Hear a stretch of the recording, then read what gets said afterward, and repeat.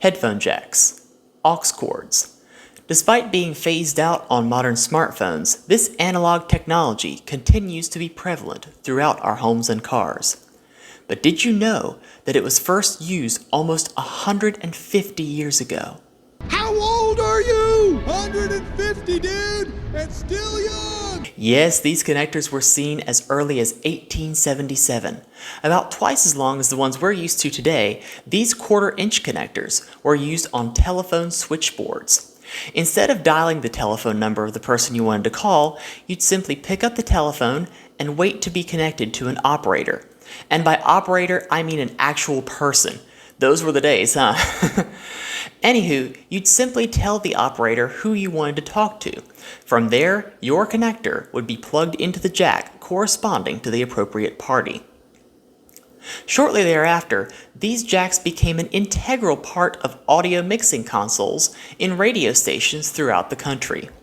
They were used to connect multiple radio stations together through a dedicated analog telephone line.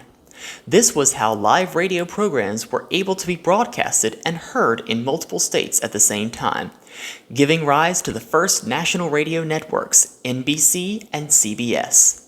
Today, this larger form phone connector can still be found in professional broadcast equipment, as well as musical instruments, particularly electric guitars and amplifiers.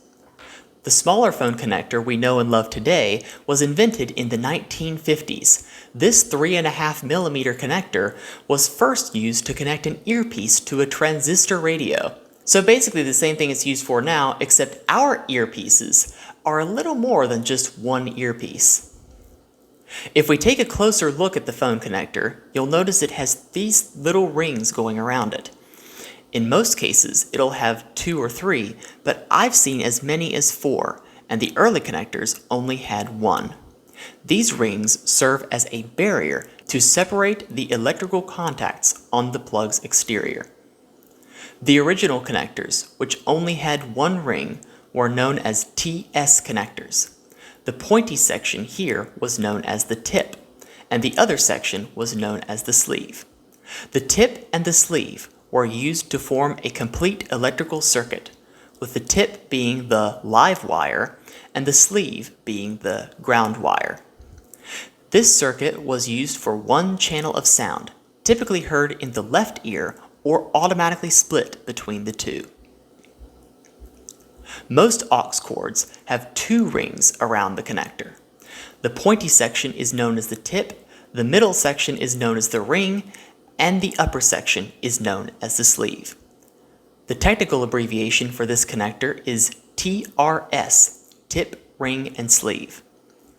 The tip is used for the left audio channel in your left ear, and the ring is used for the right audio channel in your right ear. The sleeve is once again used for ground. Remember, you always need at least 1 ground wire to complete the electrical circuit. On headsets or earphones with a microphone on them, a 3rd ring is added here. The 4 metal sections are named as follows: tip, ring 1, ring 2, and sleeve. These 4 electrical contacts can be used in a number of ways. In the most common configuration, the tip is used for the left channel, the 1st ring is used for the right channel, the 2nd ring is used for the ground wire, and the sleeve is used for the microphone. When buttons are present, these buttons will send a special signal over the microphone circuit when pressed, generally interrupting whatever is being said into the microphone. The rarest type of phone connector, which I've personally only seen once, is the TRRRS connector. This connector has a total of 5 contacts: tip, ring 1, ring 2, ring 3, and sleeve. To be honest, I'm not sure what that 5th contact is used for. Presumably it could be a second microphone, but the headset it came with only had 1 microphone. If anybody happens to know what it's actually used for, let me know in the comments down below. We've seen how a single headphone jack can carry between 1 and 4 channels of audio, each in either direction. But did you know that the headphone jack can also carry video?